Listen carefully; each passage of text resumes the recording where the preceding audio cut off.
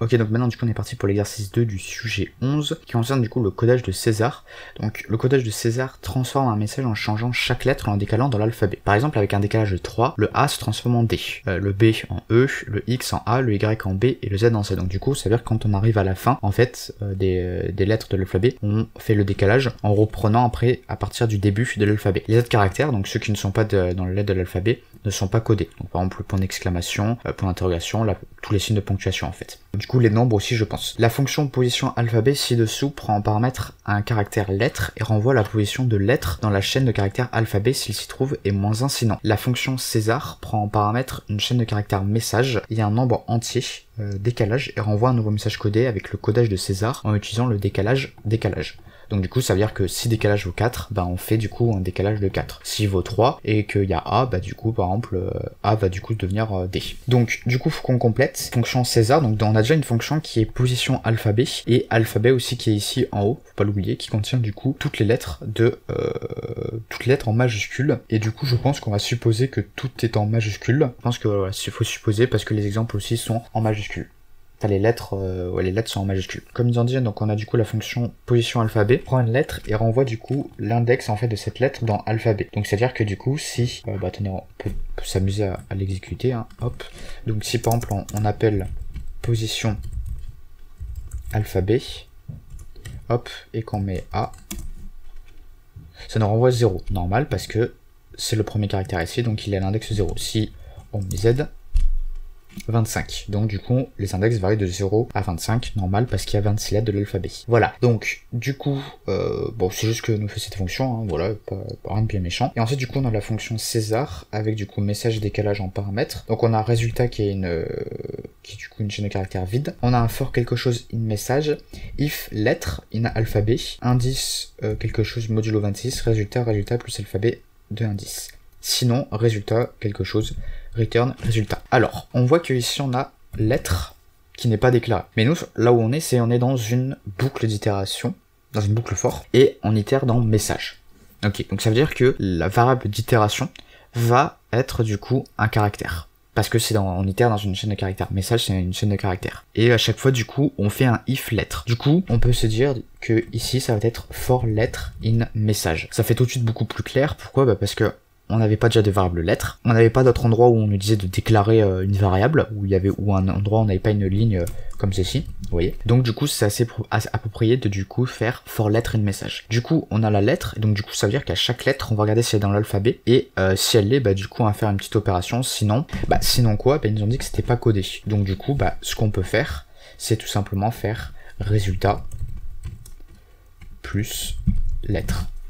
Pourquoi ? Parce que lettre n'est pas dans l'alphabet, donc si elle n'est pas dans l'alphabet, ils nous ont dit qu'on ne la codait pas. Là, le truc qu'on a par contre, c'est ici, on a indice, et ensuite indice va être utilisé ici. Ici, vous voyez, indice en fait va servir pour le décalage en fait, parce que on va prendre une nouvelle lettre, en fait on va prendre une lettre qui a un certain indice, et on va la concaténer avec résultat. Donc du coup ça veut dire que ici, faut qu'on trouve l'indice en fait qui permet de faire le décalage de notre lettre. Donc si par exemple on a A, ça veut dire que on va faire un décalage pour du coup prendre D, par exemple si on a un décalage de 3. Ok, ça comment c'est fait ? On se doute il va nous falloir décalage. Pourquoi ? Parce que il faut qu'on fasse un décalage. Le truc c'est que ce décalage du coup, comment on fait en fait, parce que il faut savoir quel est l'indice du coup de notre lettre. Et ça on peut le faire avec position alphabet, lettre, et là plus décalage. Alors ensuite pourquoi il y a un modulo 26 ? Hop, regardez ça. Voilà, ça me paraît pas mal. Pourquoi il y a un modulo 26 ? Modulo 26, qu'est-ce que ça veut dire ? Ça veut dire que si on prend une lettre dans l'alphabet et qu'on obtient son indice, ça va être un nombre entre 0 et 25. Du coup, si on prend ce nombre qui varie entre 0 et 25 et qu'on le fait modulo 26, ça va renvoyer du coup le reste de la division euclidienne par 26. Du coup, ça veut dire que n'importe quel nombre qui est entre 0 et 25, modulo 26, le reste ça va être, donc du coup le nombre envoyé, ça va être le nombre en fait lui-même. S'il vaut 12 modulo 26, ça fait 12. Donc du coup, ça veut dire que juste ça, en fait, juste position alphabet lettre, ça va nous renvoyer en fait l'index en fait de la lettre dans l'alphabet. Et donc du coup ça va nous renvoyer en fait comme indice l'indice de la lettre elle-même. Mais nous ce qu'on va faire c'est un décalage. Donc du coup on prend cet indice et on lui ajoute décalage. Comme ceci. Et donc du coup là ça veut dire que on a obtenu en fait la lettre plus son décalage, et on fait un modulo 26 pour en fait si par exemple on est à la fin de l'alphabet, et bah du coup ça va nous envoyer un reste qui va du coup correspondre au début, du coup un index du début de l'alphabet. Si par exemple on a 25, on a Z par exemple, et qu'on a un décalage de 3, allez, et bah du coup là on va avoir 25 plus 3, donc 28, ok, et on va faire du coup modulo 26, ok, et du coup ça va bien nous donner, du coup ça va nous donner 2, et donc 2 ça va bien correspondre à C, parce que là c'est l'index 0, là c'est l'index 1, et là c'est l'index 2 pour C, donc du coup c'est bien un décalage de 3, comme ce qui est demandé. Et voilà, du coup, on a terminé. Après résultat, on fait résultat plus alphabet de 1 à 10, on fait une concaténation. Si, attendez, là il y a juste un else qui a un petit problème. Je pense, je suis quasi sûr que c'est ça, parce que le else, après un boucle for, il aurait pas trop d'intérêt ici, et ouais c'est bien ça. Et voilà, et donc du coup on fait bien une concaténation si du coup on a une lettre qui n'est pas une lettre dans alphabet, et on return résultat après avoir fini notre boucle for. Et du coup on va entraîner, enfin on va pas entraîner, on va tester notre fonction. Ça fait faire de l'IA, on dit tout le temps les mêmes termes. Donc du coup, bonjour à tous, j'ai vu la matière NSI. Alors si on regarde B, on a un décalage de 4. 1, 2, 3, 4, ça donne bien F. Et si on regarde avec eux ce qu'ils ont, FSR, RN, tout ça, ouais, ça m'a l'air d'être ça. Et vous pouvez voir que les points d'exclamation, la ponctuation, les espaces n'ont pas été encodés, ce qui est normal parce qu'ils font pas partie de l'alphabet. Et après du coup, le petit truc magique, c'est que là du coup on va décoder la lettre.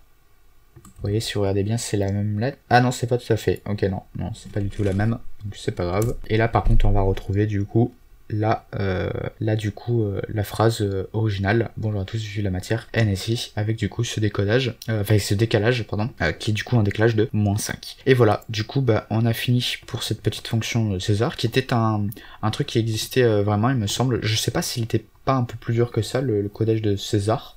Après c'est aussi parce qu'on n'a pas fait la partie décryptage, où le décryptage il fallait du coup une clé qui était liée en fait au décalage, tout simplement. Enfin bref, du coup j'en ai fini du coup pour ce petit sujet de bac d'NSI, une preuve pratique, et si vous avez des questions, n'hésitez pas à les laisser dans les commentaires, et moi sur ce je vous dis portez-vous bien et à une prochaine, salut.